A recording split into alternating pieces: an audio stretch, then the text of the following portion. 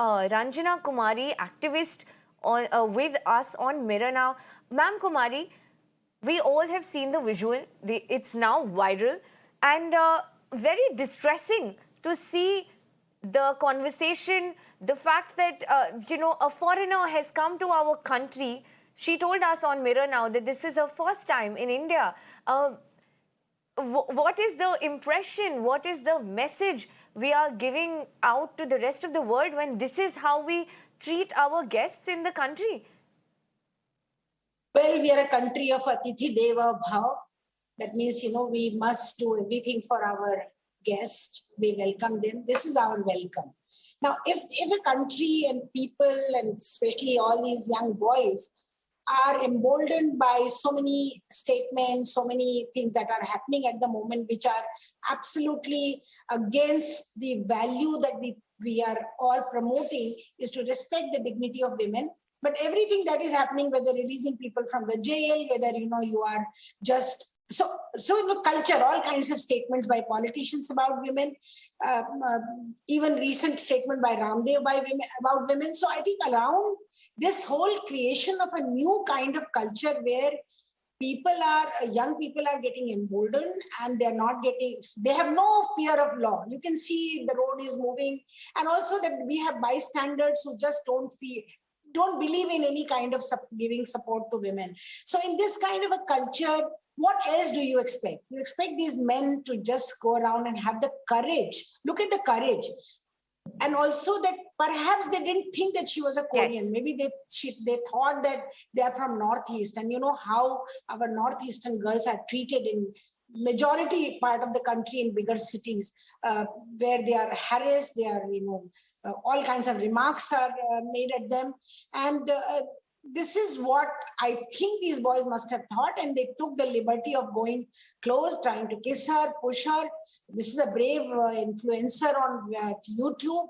I think she handled it very, very strongly and smartly, but you can imagine how shaken she must have been after what has happened to us, to her, and to us who are watching it. How shameful, how demeaning it is for the nation, for people and women extremely like us to work. Yes, so shameful. And what will people of her country think about us, and what will globally people who are watching will think about how Indian streets are, and how much, how much these people are being encouraged by, I don't know what all.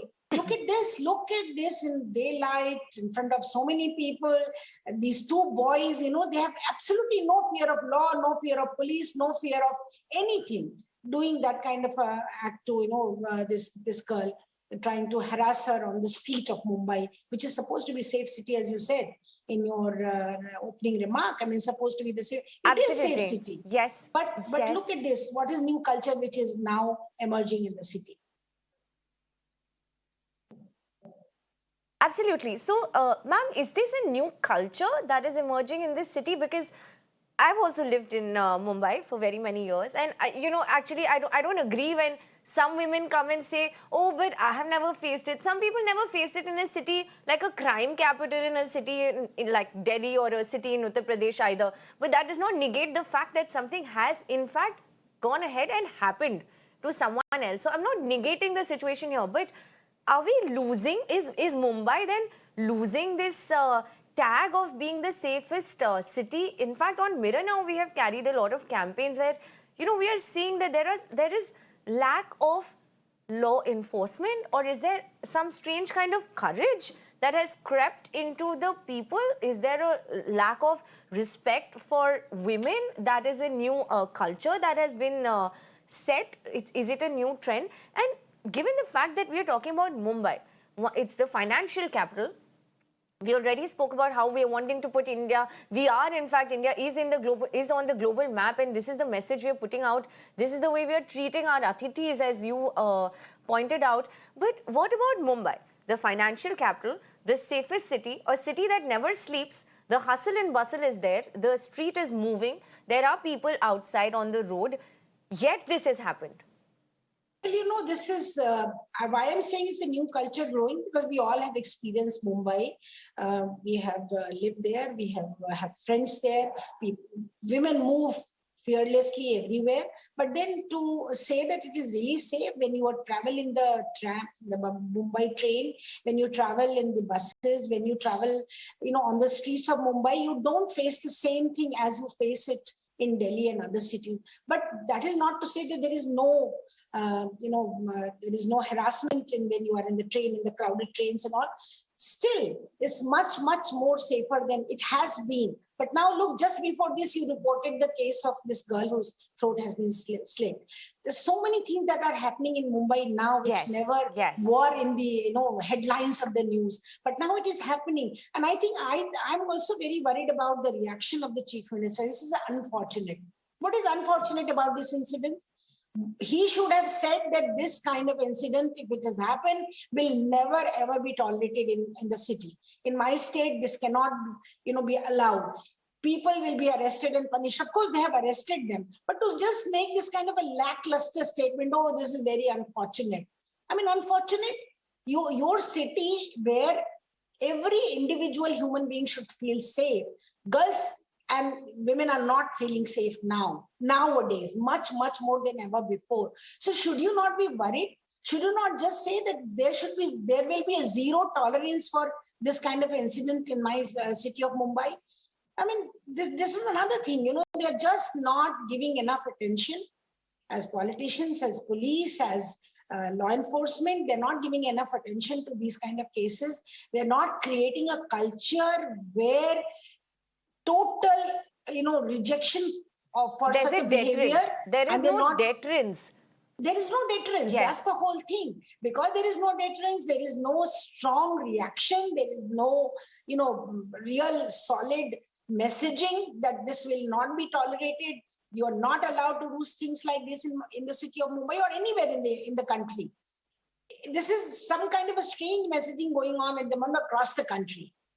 If it can happen in Mumbai, it's happening in Delhi in any case. It's happening in a smaller city like Lucknow or Jaipur or other cities in any case. So where are women safe? Why it is that women's respect towards women? That is the larger question. That where are then? Yes. Absolutely. Ma'am, yes. Where are women safe? A very interesting point you pointed out, which is something we have also been discussing in the newsroom, that there is so much heckling that people from the Northeast actually face in, the Hindi heartlands or, any other part of the country because of this just image of, somebody looking like the other, or for all you know, they thought this person is a Northeastern, but that is even more shameful. That, there is this lack of accepting that somebody, the acceptance, because there are a lot of Northeastern girls women who do come to a city like Delhi for education. They go to Bombay for jobs, Bengaluru, everywhere. Yet there is this, a sense of, we can tease this person. We can call this person names. We can heckle this person. They anyway probably do not understand Hindi. The way he's talking to this Korean girl, he thinks that she will agree to sit on his bike. He thinks that it is okay to hold her, grope her in the middle of the streets, forcibly try to kiss her. I mean, it is appalling that he even thought that he could have gotten away with it.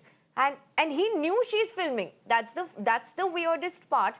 He knew she's filming. So there is no fear of the law. There is no fear of the law. They think, okay, we'll go into custody, we'll get away with it. Or, they probably don't even think that even a custody stage will happen. So in terms of deterrence, in the past in Mumbai, when was the last time we even heard a case like this? When was the last time we even felt that there needs to be stricter law? Because when you're roaming around on the streets of Mumbai, you don't feel unsafe. But as you rightfully said, the chief minister has not made any stark comments as such. He just said, yeah, it's really unfortunate and the person's already arrested. But that is not prevention. That is cure. You are fixing something after it has happened. Absolutely. I think What more can we expect from the system? No, absolutely. You're so right that, when Northeastern girls face it, and these boys had no fear of law. You can say that he was almost literally holding her hand and pushing her to sit on his whatever scooty or motorcycle that he had.